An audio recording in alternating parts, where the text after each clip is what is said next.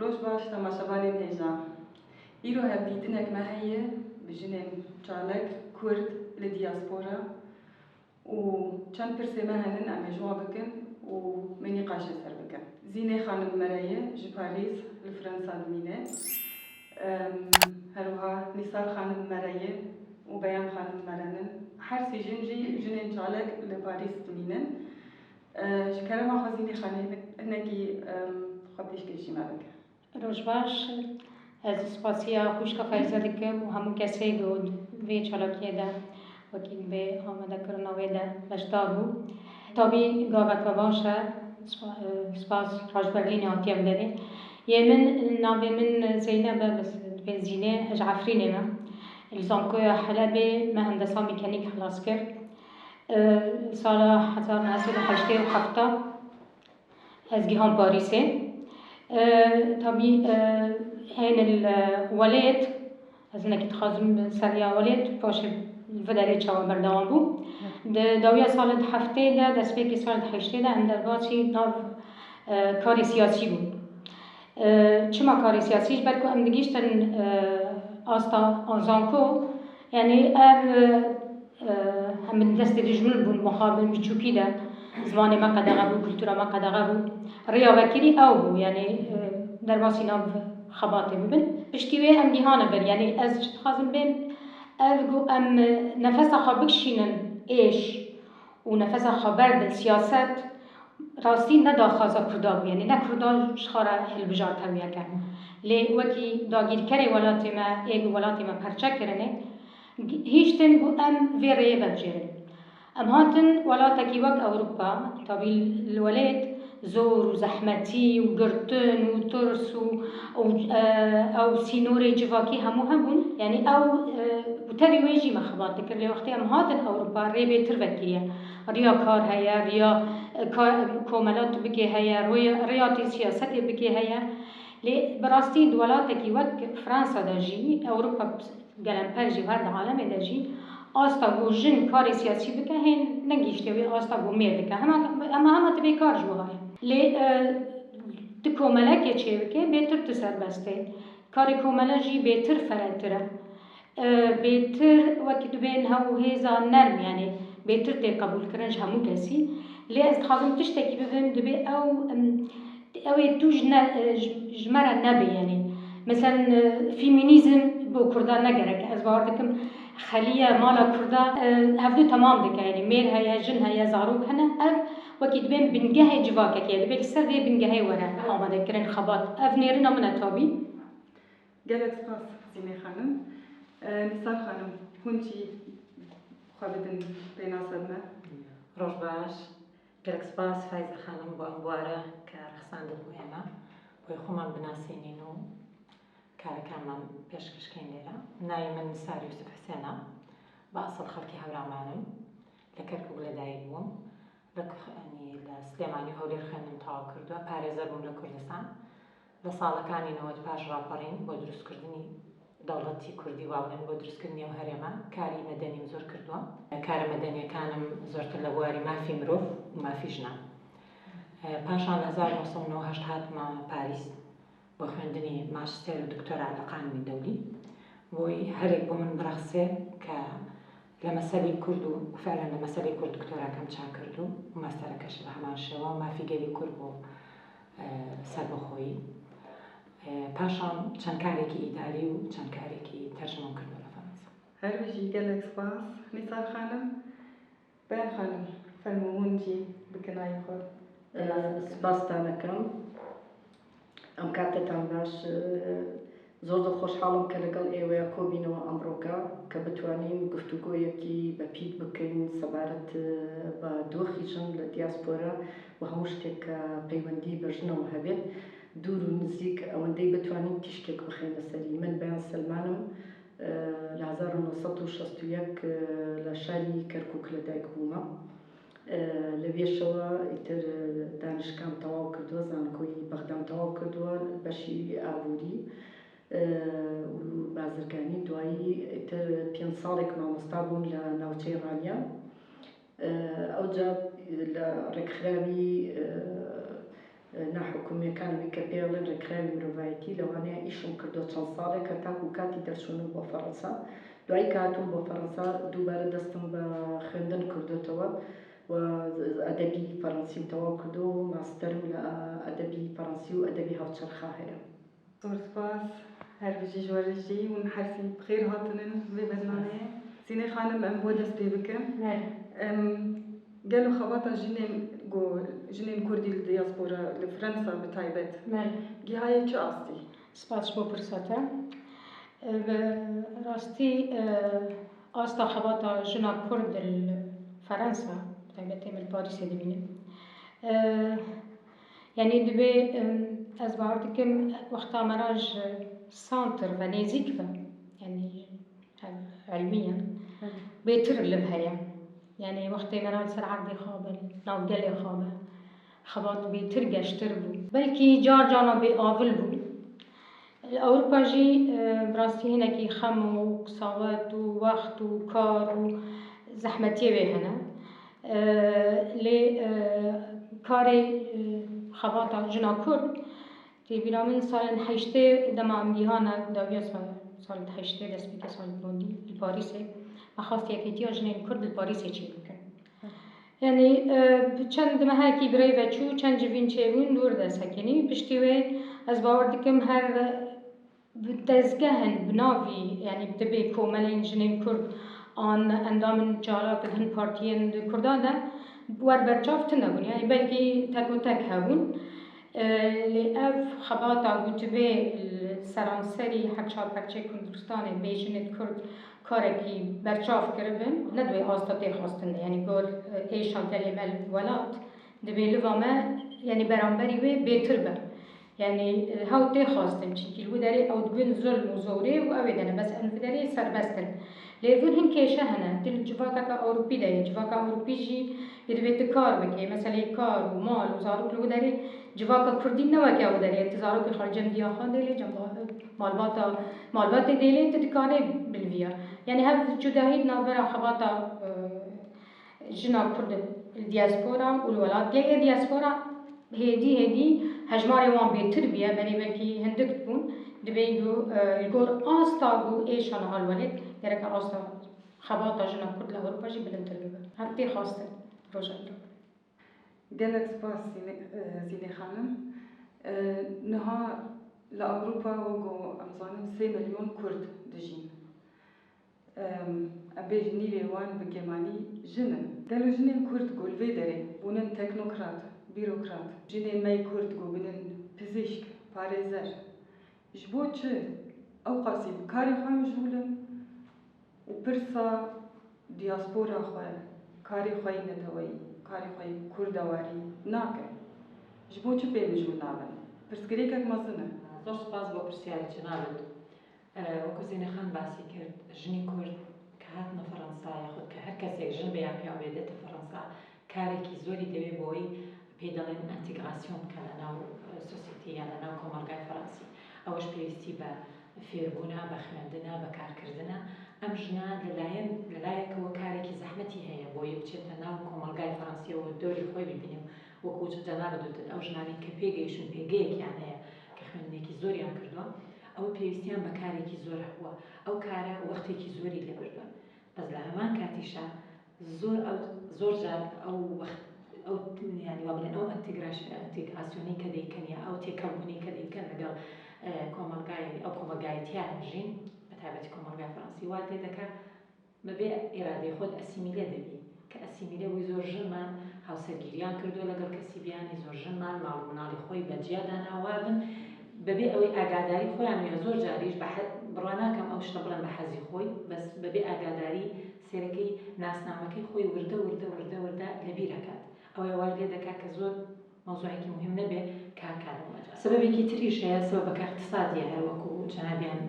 باسییان کرد ئەو کەسە پێویستی بەکارە زۆر ژن هەیە بە تەنیا مناڵی بەخێوەکە وەختی ئەوەی نییە کە ئەم با بڵێن بەناحی اقتصادی بێ خۆی بژێوی خۆی پەیداکە وی ئەو مەجالە نادۆزێتەوە ژیانی خۆی تەنزیمکە لە بینی ئەمەوە سبەبێکی هەر ئەساسیش هەیە ئەوەش چییە ئێمە لە دیاسپۆرادا زۆرتر تەرکیز لەسەر کاری نەتەوەیی بووە کارە نەتەوەیەکانی شکێ کردێتی حەزبە سیاسیەکان ئەوەی لە دیاسپۆرا کراوە هەموو ئێمە بە ئیرادەی خۆمان و بەغێر ئیرادەی خۆمان خزمەتمان بە حزبە سیاسیەکان گەیاندووە بۆ ئەوەی لەبین قۆسین کە بتوانن ئەمانە کارێک بکەن و وڵات بەڕێوە وڵات با بڵێ مەسەلەی کورد بەرەو پێش بێت. ئەو کارە ئەو حیزبانێک کە لە دەرەوە کاری حیزبیان کردووە کاری دیاسپۆرایان کردووە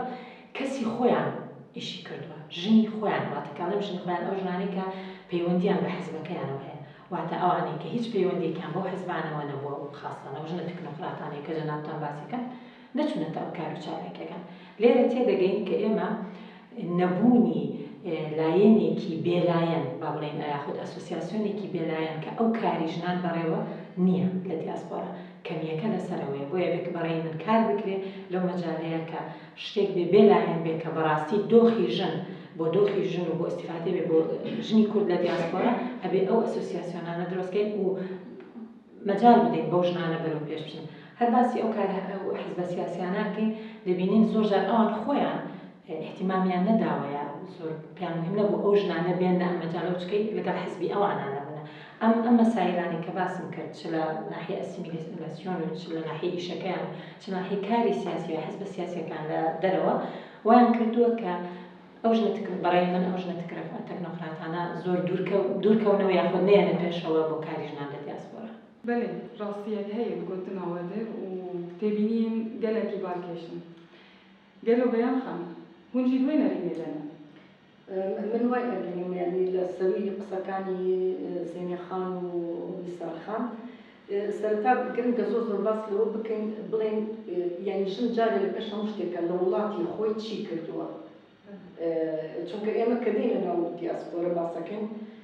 تۆ گروپی ژن هەمووی وەک یەک نییە یعنی تۆ ژنت هەیە وەکو خۆتت یعنی گەلە ئاستێکی تەکنۆکرات ژنێکە ژنانێکت هەیە لە ئاستێکی خوێندنیش تەواوکەن بەڵام دێنەوە سەر ژیانێکی زۆر سادەی ئاسایی وە کۆمەڵی ژنی زۆریشت هەیە کە نەخوێنەوان بوونە لە ماڵی خۆیان لە وڵاتی خۆیان یاخودەوەتانە نسبەتی خوێنەواریەکەی کە هەیەە زۆر ئاستێکی نزمە و ئەو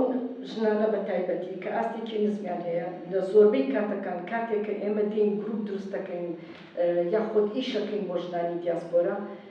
کێشە گەورەکە خۆی ئەوانن بە دەرەجەیەکی ڕئیسی باڵێن بە پلەیەکی سەرەکی ئەوان کێشەکانن لەبەرچی ئەوان کێشەکانن چونکە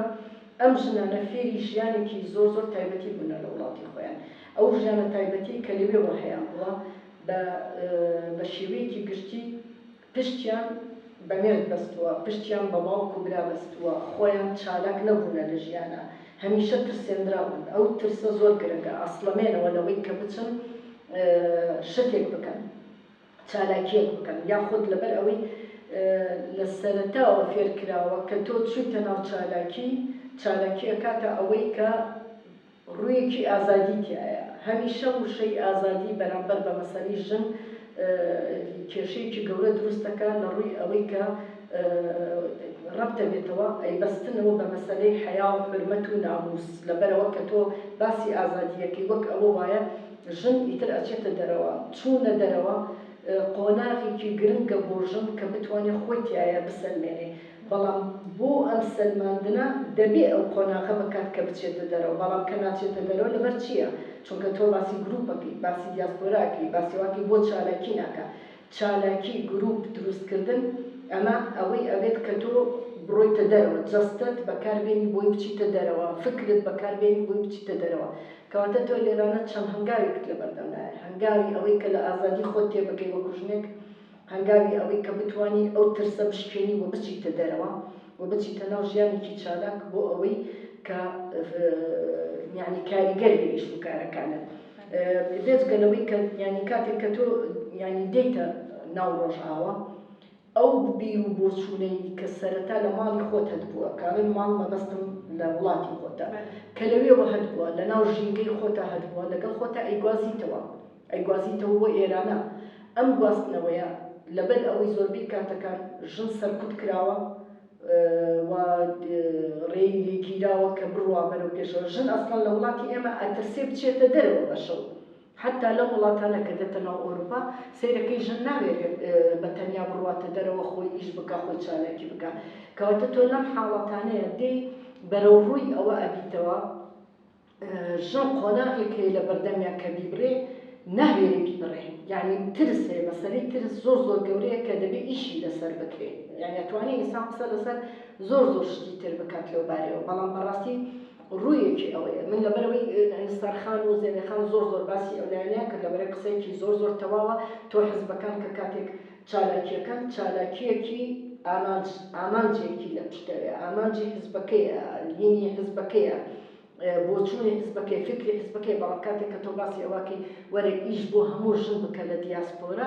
ئەمە ئیشێکی گەورەیە ئیشێکە پێویستی بەوەیە کە تۆ لە مەسەلەی حزبایەتی دەربڕی تێپەڕێنی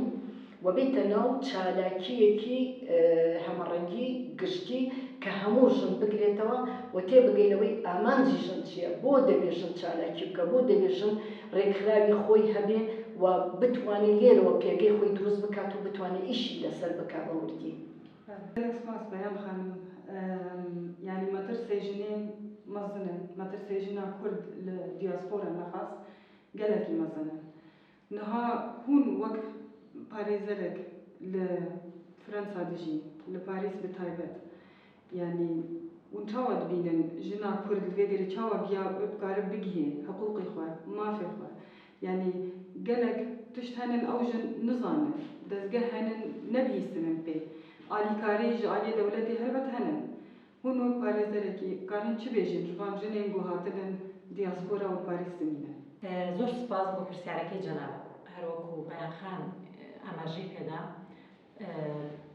ژن کە دێت لەناو کۆمەڵگەی کوردیەوە با بڵێن تر لە هەر چوار پاشەکەی کوردستان لەگەڵ ترسێک دێت ئەو ترسە لەگەڵ یا ژیاوە لە مناڵیەوە تا ئەو دقەی کاگاتە یەکێک لە وڵاتە ئەوروپیەکان وەکو هەمان نەزانین لەم وڵاتە ئەوروپیانە با بڵێن لە وڵاتانی ترەوە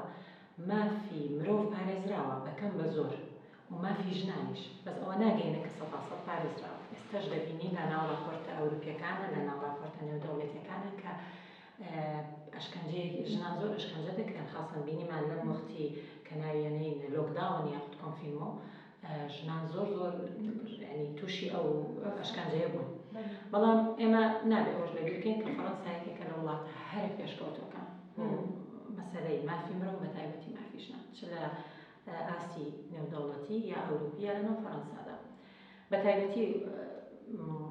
قانونێک دەرچووە لە 4/8/2014 کە ئەڵێ دەبێت یەکسانی تەواو باز لە کەلیمەی یەکسانی تەواو کار بینی ژن و پیاوە و لەسەر ئەو قانونەوە زۆر شتی تر پەریان پێدا خاصەتەن دژی تند و دژی ژنان ئەوەی کە زۆر مهم بوو با بڵێن عقوبەیەک دانرا لەسەر ئەو تند و تیژە بەرامبەر ژنان کە ئەچیتە سەر سایتی وەزارەی خارجی فەڕەنسی دەبینی چەند با بڵێن نصوص یا قانون دەخی قانونیان داناوە کە پارێزگاریەکە لە مافی ژنان و هینەکە دیان پارێزێت مافەکانیان پارێزن پرسیارەکەی جەنابەت ژنێکی کورد دەگاتە ئەوروپا چۆن دەتوانێت ئەو شتەکە ئەوە وتمان و پێشی مەوزوعەکەشمانە باسی ئەوە بوو کە تۆ دیت پێویستە تێکەڵی ئەم کۆمەڵگایە بی مادام هاتی ناڵێن ناسنامەی خۆت لەبیرکە دەڵێن ناسنامەکەی خۆت هەڵگرتۆ دەوڵەمەندیکە لەگەڵ ئەو شتانەی کە لێرە بۆ ڕەخساون ئیستیفادەیان لێ بکەیت یەکێک لەو شتانە ئەبێ ژن فێری زمان بێت کە فێری زمان بووی تۆ دەزانی چیت هەیە ماف و چیت لەسەرە بیکەیت مافەکانت مافی ئیشکردنە مافی ئەوەیە کە بە زۆر بەمێردت نەدەن مافی ئەوەیە کە جنسی فەڕەنسی وەرگری مافی ئەوەیە کە کەس تند و تیژی بەرامبەرت نەکات ئەمە کاری دەوێت لەلایەن ژنەکە خۆی بەڵام ئەگەر ئەو ژنە هێشتا هاتووە زمان نازانێت چی بکات ئەوە 3 ڕۆژە مانگێکە 3 مانگ هاتووە ئەتوانم نمونەیەکی تازەشتان پێ بڵێم کە خۆم تەرجمەم کرد پێش 2 هەفتە 3 هەفتە ژنێکی کورد 3 مانگە گەیشتۆتە فەڕەنسا کە گەیشتۆتە فەڕەنسا مێردەکەی لێ دەدا هیچ زمانیش نازانێت یەک شت دەزانێت دەگەڕێت لە ناو تەلەفۆنەکەیان پۆلیس ڕقەمی پۆلیس هەر چۆنێ بێت تێیان دەگەیەنێ بە تەقەتەقێک ئینگلیزی تێیان دەگەیەنێ کە مێردەی لێداوە پۆلیس چی دەکات ئەو کاتە یەکسەر لە هەمان کاتە دەگاتە سەرسەری جیای دەکەنەوە پیاوەکەی منداڵەکەشی دەبن دوو ئەسوسیاسیۆنیان بۆ تایبەت دادەنێن ئیش لەسەر ئەم ژنەکەیەکێ بۆ ژنەکە خۆی دەیدەنە دەستی پسیکۆلۆگ و ئەوشتانە دکتۆری تایبەتی تەماشایەکە و منداڵەکەشی واتە چی دەگەیەنە ئەمە وای ئەو ژنەکە فکر کاتەوە چۆن مافەکەی زمانیشی نەزانێت. لەگەڵ ئەوەشا دەبینی لە فەڕەنسا شتێک پێی دەڵێن شەبەکەی حقوق ینی دیفاعکردن لە حقوقی ژنان زۆر ئەسۆسیاسیۆن و شت دەگرێتەوە یەکێک لەوانە لە فام دولەتێر یەکێک لەوانە سیماد یەکێک لەوانەیە کە مافی پەنابەرانە و لە نەمانش کاتە مافی ژنانیش دەپارێزنێن ژیستیە زۆر هەیە. لەگەڵ ئەوەشا دوو شتی زۆر مهمیان کردووە لە مانگی سێوە سێ ئەم ساڵەوە مارسی ئەم ساڵەوە 2020 ببوورن چیان کردووە دوو ژمارەی تەلەفۆن داڕاوە بە تایبەتی. ئەم ژمارە تەلەفۆنانە یەکیان هەفتەیە کە پەیوەندی بە پۆلیسەکەەوە دەکەی، یەکێکیان 39 ئەو ژمارانە چیان مهمە؟ تۆ چاتێک دەنێری یاخود تەلەفۆنێک دەکەی پلاتفۆرمێک کراوەتەوە بوو کە تەلەفۆنەکە دەکەی شکار دەکەی لەو کەسی کە ئەشکەنجەی داوی چ مێردە چ برایە چ یەکێکە لە کۆڵەنە یەکسەر ئۆتۆماتیکیان ئەو چاتە ئەکوژێنرێتەوە بۆ ئەوەی کەس نەزانێت تۆ پەیوەندیت بەکەوە کرا لە هەمان کاتیشە یەکسەر دەگەنە سەر ئەو شوێنەی کە بڵێن جەریمەکەی کە کراوە یا لەو شوێنە ئەو ژنە ئەشکەنجەدراوە. لە هەموو ئەو شتانەیە تێبگەین یەکەم شت وای ژنەکە فکرکردنەوەی بیرکاتەوە کە لە وڵاتەیە مافی هەیە دوو هەوڵ بدە زمان فێر بێ و خۆی پێ بگەێنێتە ئاستێک کە مافەکانی بپارێزێت. ڕاستی ئەم زانیاریان گەلێکی گرینگن و ڕاستەژی بۆ ژن پێویستە پێشی فێری زمانی دەولەتا بۆ ئەو لێبێ ببێ حیا بۆ بگیێ وان زانیاریان و هەمان تشت لە هەموو دەولەتی ئەوروپیژی هەنە یعنی ئەو دەستگە هەنە بە هەموو شێوازیژی کارن ئالیکاریە ببینن لەگەلوش بۆچە بەخەن بێ پرسێژۆ بکەن ش بۆچە دەستگەهێ ژنێن کورد تنن ئان گێمن یان ئەم کارم بێژن تنن لە ئەوروپا چما ژنا کورد نگاری بۆی تشتی حیان هاکە ئاوا بکە یعنی دەمێک درێژ هەیە بۆ ژنا کورد هاتیە ئەوروپا لە دیاسپۆرە دژی ji bo çi heyana ew destgin bi zêdetirîn tune ew zanyarî tune yani ne ew pirsê ser jina Kurd bi taybet jî bikin bi geştî jî em binerin ew zanyarî tune yani heta dewletê mêvandar jê dema wan înformasyona dertixînin bi ziman bi hemû zimanan henin bi Kurdî kêm caran ero tiştekî wisa bîne yani wê û em li nasyonalîtê tê dijî binerin hemû دەستگەهی وانا هەنن ئالیکاریا خۆ دبینن جیێ گۆبەری خۆ بدێنێن هەن یێمە تونن ژنا کورد حیانها گەلش بۆ چ وی تشتی نەکردی بێگومان زمان زۆر گرنگەکەن سەرخان ئاماژەی پێکرد لەبەروی زمان هەنگاوێکە بۆ ئەوەی کە تۆ بتوانانی لە داهاتوە ئیشش بکەیت چالاکیش بکەیت گروپ دروست بکەیت ڕێکخراو دروست بکەیت هەموو شتێک بەبێ زمان ناکرێت تەنانەت کە تۆ بچیتە ناو سوپەرمارکتێکەوە کە هەموو ئەتەکێتەکان گشتی بەڕقەمێکە و لێ نووسراوە بەڵام لەگەڵ ئەوەشە بۆ ئەوەی دووسێ کەلیمەیەک قسە بکەیت لەگەڵ خەڵکە پێویستت بە زمانە کەواتە لێرە هەنگاوێکی گرنگ هەیە کە دەبێژن بیبڕێ هەنگاوی فێربوونی زمانە ئەنجە دوای ئەوە لە ناو دیاسپۆرایە ئەوەندەی با بڵێن گرنگی دراوە بە کۆمەڵێ شتی زۆر لاوەکی کە سەرەکی نین گرنگی نەدراوە بەو لایەنەی کە بچی بۆ نمونە ڕێکخراوێک دروست بکەیت و لەم ڕێکخراوەیە دابنیشی پەیڕە و پرۆگرام و یاساکان داڕێژیتەوە بە زمانی کوردی تاکو ژنان لی تێبکەن بەدەر لەوەی کە تۆ لەم حاڵەتانەیە دێنەوە سەر کۆسپێکی سەرەکی ئەو شەوەیە کە ئێمە دەبێت بە کرمانجیش دایڕێژینەوە بە سۆرانیش دایڕێژینەوە و بۆ ئەوەی ئەم ئیشەش بکرێت خەڵکانێک دەبێت ئیتر ژن بن پیاو بنەوە گرنگ نییە گرنگەوەی لەناو گروپێکە لەناو ڕێکخراوێکە کۆ ببنەوە کە بتوانن ینی لە پێش هەموو شتێکە خۆیان کارێکی سەرەکیان هەبێ بۆی بژێوی ڕۆژانیان پێپەیا بکەن لە ڕووی ئابووری و داراییەوە کە ئیتر پێویستیان بە ئەوە نەبێت کە مێشکیان مەشغوڵ بێ بە ئیشکردنەوە ئەنجا دوایی تۆ بیر لەوە ئەکەیتەوە کە دابنشی ڕێکخراوێک دروست بکەیت و لەناو ئەم ڕێکخراوانەیە بتوانی چەند کەسێک کە لە زمانە زۆر باش بن و یاسا بزانن وەکو بۆ نمونە مەسەن سەرخان خۆی فۆرماسیۆنی یاسایی هەیە کە پارێزەر بۆ لە کوردستان ئەمانە زۆر گرنگن کە دابنشی تۆ هینەکان داڕێژیتەوە بەندەکان خاڵەکان داڕێژیتەوە کە سەبارەت بەوەی کە یاسای ژن چیە لەناو ئەم وڵاتانە واتوانین بڵێن تەنانەت یعنی مافی مرۆڤ بەگشتی خۆ نەکەری یاسایی بۆ ژن چونکە یعنی حتا پیاوەکانیشمان مافی مرۆڤ نازانن چی یعنی حق و حقوقیان چیە لەم حاڵەتانەیە. پاشان یعنی بۆ ئەوەی کە ئەم ئیشانە ئەنجام بدرێ ئەگەرێنەوە سەر خاڵەکانی یەکەم کە تۆ مەسەڵەن ژنەکانت ناچالاک بن، ژنەکانت بترسن، نەوێرن بێنە ناو ژیانێکی چالاکەوە ئیشی تایە بکەن، بێگومان بیر لەوە ناکرێتەوە کە بچن ڕێکخراو دروست بکەن ئەم لایەنانە جێبەجێکەن. بەدەر لەوەش وەکو بڵێ ڕێکخراوەکان خۆیان ئەگەر هەڵسن بەم ئیشانە ئەوە ناکرێت، لەبەرەوەی ئێمە دەبێ بهێنینە پێش چاومان یعنی لە هەموو دوورگەیەکی ئەفریقاشەوە خەڵکەیە کە دێت داوای پەناهەندەییەکە، ئەنجەخۆ ئەوان ناتوانن بێن 10,000 زمان تەرجمە بکەن و یاساکان و مافەکانیان گشتی بە 10,000 زمان تەرجمە بکەن. ئەوان زمانی خۆیان هەیە لەم حاڵەتانەیە ئەمە ئەرکی ئەو خەڵکانن کە با بڵێن لە زۆر دەرێکەوە لە ناو فەڕەنسا زۆر بەباشی شارەزایی یاساکان هەن و پێگەیەکیان هەیە لە ڕووی ئابوور و داراییەوە کوتم کە بواریان ئەدات کە لە کاتی ئیسراحەتیانە لە کاتێکی پشووی کە بتوانن دەرفەتێک هەبێت ئیشی تایە بکەن ئیش لەم بوارەیان بکەن. ئەمەیان ئەکرێت و بێگومان زەڕوریشە زۆر زۆر گرنگە کە مەسەلەن ئیشی تایە بکەم ئەو بابەتانە، لەبەرەوەی گرنگە مەسەلەن ژن تێبگات لە مافی خۆی و یاسا و ئەوانە، بەڵام ئەمە ناکاتە ئەوەی کە ژن کە لەم مافە و یاسایانە تێگەیشت بە پێچەوانەشەوە بەکاری بێنێتەوە، چونکە ئێمە ژنیشمان هەیە کە من لە چەند شوێنێکە باسی ئەوم کردو زۆر جار دەبێمە باس لەوە بکەین کە ژن کە وەکو هۆشی هەبێت بە وەزعیەتی خۆی، بەڵام لە عینی کاتیشە دەبێت لە ڕوویەکی ئینسانی و هۆشێکی زۆر زۆر گەورەوە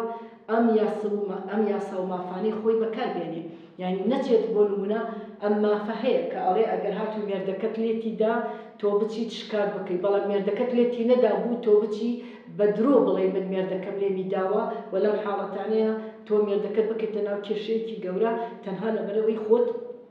لەوانەیە مەسەلەن بتەوێت ئەسڵەن جیابیتەوە لەم پیاوە بەس نازانی چۆن لێ جیابیتەوە. یعنی ئەمە لەم حاڵەتە ئەمەش کێشەیەکە، یعنی ئینسان دەبێت کە سەرخەن باسی هۆشەکە هۆشی ئافرەت تەنها بریتی نییە لەوەی کە هۆشت بە مافەکانی خۆتە بێ، دەبێت هۆشت بە مافی ئینسانیش هەبێ، تێبگەینەوەی کە مرۆڤە پیاوە ژنە کە لێرەیە غەڵەتێک هەبوو هەڵەیەک هەبوو چاک بکرێتەوە و ئەم هەڵەیە ئەگەر هاتوو لێتی دابوو بەڕاستی وایە ئەچیت داوای مافی خۆتەکەیت دەیان ڕێگا هەیە، بەڵام ئەگەر ئەمە ڕووی نەدابوو و تۆ بڵێن بە ناڕەوایی بچیت ئەمە بخەیتە سەر ئینسانێک، ئەمەش لێرەیە جێگەی قسەکردنە، کەواتە لێرەیە ئەگەر هاتوو ڕێکخراوێک هەبوو و لەناو ئەم ڕێکخراوانەیە کۆمەڵێ ژنی گرنگ هەبوون کە ئیشی تایە بکەن لە ڕووی کۆمەڵایەتیەوە واتاوەی کە پێ ئەڵێن ئەسیستان سۆسیال بە فەڕەنسی، یعنی هاوکار و ڕێنمایی کۆمەڵایەتی بۆ ژن بۆ پیاو کە بتوانن لەو بەینانەیە یعنی ئیشێکی وای گرنگی تایە بکەن کە ژنیش ئەم شتانی بۆ ڕوون بکەنەوە بڵێن کە تۆ مافت هەیە نابێ ناڕەواشبی، یان پیاوەکە کە تۆ مافت هەیە و لێرە ئازادیت نابێ ژن سەرکوت بکەیت. ئەمانە هەمووی ئەلم ڕێگایەنەوە ئەکرێت زۆر جوانیشە بێت. بەڵێ تێبینین گەلێکی بارکێشتن بڕاستی و نەهاژیش خۆ زینێ خانم فەدەراسیۆنێک هاتی ئاواکردن لە فەرەنسا تشتێکی گەلێکی پیرۆز بڕاستی گەلێکی کێفخۆش بووم دەمامە بەهیست ئەف فەدەراسیۆن هات ئاواکردن و تۆمارکردن ئەف خەباتە هەنجیش خۆون تێدا ئاکتیڤ وە کار کرد و کارێکی وەک vê فەدەراسیۆنا بۆ چێبوویە فەرەنسا گەلو هەمان شێوازکاری ژنارجی بێ ئاواکردن. تزانەی کێشە گەورەیە لۆلێت برانگێکی گەورە بولڤرشی گەورەیە گەورەتر بووبەری بێ ژبەرکە چوون و هاتن یعنی ئەو نێزیکتیە فیزیک تن نەبوو چونکی دوێ وەختن نەیە وەخت جەمەت بێن وەک دەستا ئەوروپا مرۆڤە دێ ئەو دیکە دهێرە ئەv یەکدوتیە نەها ئیرۆ وەکی دوێن خۆشبەختانە ئەv تەقنیەت تەکنیک پێشکەتیە ئەنتەرنێت هەیە فیسبوک هەیە واتساپ هەیە ئەv یعنی ئەv شێوەیە دانوستاندنا هەنێکی مەسەلەی هێسان دکە. دوێ بەرێژی مگوت یعنی پیاوەی کورد جی او باري ويا يعني وقت ام بين جنا كرد بيت عدلينا بيجرك ام بين كرد شيار يعني مثلا او لا مثلا كردان لا افتنيا مثلا كردان زماني كرديه مثلا زاروك كردان هند بيجو نين من داكرين دبيج فاكده مثلا جورا اف باري جران بريج ما قلت وقت ام دبين ولا داي كامل نابين بابي من يعني ما باري جورا وجران السر مليجليا دبيج اوتي خاصن اف نفشن بي امان جبير نكر اف نفشن هناكي بوان آلیکار بر بوان فری ری دانستاندنه بکر دبستانه فری تشتکی دبن بین ماله و تشتی يعني بجبینن اجبر و يعني آواکرنا ایرو بری و منکانی فدراسیون زحمت بباد آواکرن فیزیک لإيرو او تقنیت هي سانتره دبی او درفت جنا کرد بیاوی کرد خورد کرد کچه کرد همو بهفرن يعني باري ما كردا جرانا لا مثلا اللي خصنا جنيه ونقلي جرانا يعني اللي خصنا غير الجنيه وقلي جرانا وخابن قاري باري معها مو جرانا دبي أما مو دستي خابدن هفده أو تندو تجي و رانبل يعني رابج ناف همو أو دياسبورا كردي وام هفرا آلي كاربن دبيجو جن خبريكو بيكتن لبراستي وكي از كسك ادنك بي باوري دما يعني از هيفيدارم بو نتش اكستريم يعني انه نبي فيمينيزم الدجي ميري كرد يعني از بين تيكلاو بقلهف يعني چمانا فدراسيونك هبا مثلا دبيك فدراسيون دواري كارد جي چه بكن يعني هنكس دواري كارد بكن هبته هنكس جي كينيزيك ده يعني جعيني هريمه كي بكي هنا هبده باشي فدراسيون طبيعي هم يالقينا هبدا بله يعني از دو هر دو بيجم دو بيج تيكلاو ام هبدو تمام بكن وهفرا هبدو شيار بكن لي جني كرد هنكس دبينن خادا جني بيشن يعني طبيعي ناف كردانا وي باري هل نسر مليخو دزگاه چی ببین تشتی چی ببین جن بکن شخا گرک دوری فمینیزم ببین ام لبر ما في دقرن ما في جن همان دمجي ما في مير وما في زاروك وحر كسي نها افكار نو مدس بيكريه كاري جن دياسبورا بريك بخينه جن بيشمتي بكه جن دياسبورا حميز بكه و براستي كسن جالكترين جن جي كتنن في كاري ده و وكون زانن آرمان جاویجی گو او جن کنفرانسک جنان آوا بکه جبو کاری دیاسپورا بریکو پیک دست پی بکه همان دم کاری جوانان بکه وکو پیش نیار کر کاری فدراسیون جی بردوام بکه لیگو جن بخواه جالک ببه و دست پی بکه ویتشتیان جوی کنفرانس جنان جی کنسیک جنان درد کده سیناتک جنان درد کده گو کاری به بریارا بده چاوا دیاسپورا من بردوام ببه به چی شوازی گرک ام خپیش بخینه دزگه جنان جی گرک بین آبا کرن وقت ما گوت که ماسیک مزن هیه هون و کسم گون دناف وی کاری دنه و چاوت بینن وی کاری و آرمان جوی چاوت بینن دنری نواد گرک چاوا اکتشت باشتر جی درواز ببه او کاری تو دبی ما پیوستی هیا و دبی ورا کرن و دبی ورا پیش هستن کارێکی زۆر باش دەبێت و ئەو بەو کارە یعنی مەسەلەی ژنان لە دیاسپۆرا بڵێ مەسەلەی ژنانی کورد بە تایبەتی بەرەو پێشتر دەڕۆە بێگومان زۆر گرنگە کۆنفرانسێکی گەورە پێناسەی ژنی تایە بکرێ بەڵام ئەمە ئیشی زۆر ئەوێت کە لەبەرەوەی ئیشی زۆرەوێت دەبێت لە پێش هەموو شتێکە یعنی زۆر بەوردی ئیشی بۆ بکەیت بۆ ئەوەی بگەیتە ئەوەی کە ئامانجی ئەم کۆنفرانسە هەر ئەوە نەبێت کۆنفرانسێک بکەیت و دوای ئەوە ئیتر خامۆش بێ بکوژێتەوە ئیتر نەزانین چی بکەیت بۆ ئەوەی ئەمەش جێبەجێ بکرێ لە ڕاستیە یعنی زۆر گرنگە کە ئەو بەشەی کە ئەبن ڕاوێژکار لەناو ئەم بابەتەیە لەناو ئەم دیاسپۆرەیە ئەوانە زانستیەکی باشیان هەبێ و ئاگاداری چالاکی و ڕێکخراو ئەو شتانە بن و بتوانن ئەم بە ئاستێکە بیبەنە پێشەوە کە لە شوێنێکان نەوەستێ ئەمە زۆر گرنگە کە نەوەستێت بله زۆر سپاس بۆ تێبینیان وە و هزرێن وە ئەس بڕاستی گەلێکی کێفخۆش بووم vê هەردیتنێ ژنن ئەو قاس چالک نێزیکی مەبوون ئەم وەرئاخدین فکرن گەلێکی خۆشێ دەرکەتن ئەس بهێوی من بەڤدۆرە vî کارێ هین خۆشتر هین سەرکەفتیتر دەرباس بکەن و هێویا سەرکەفتنێژ وەرژی یەک دخوازم زۆر سپاس